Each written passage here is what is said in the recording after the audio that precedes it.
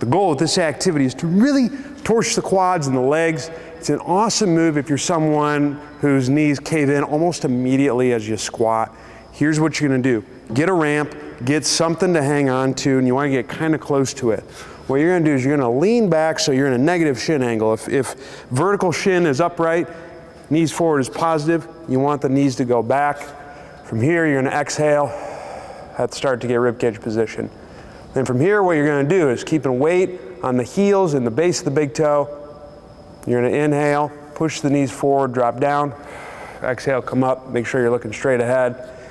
If it helps, you can also walk down, and that'll give you a little burn. Inhale down, walk, exhale, bring it back up. And that's how it's done. Give it a shot.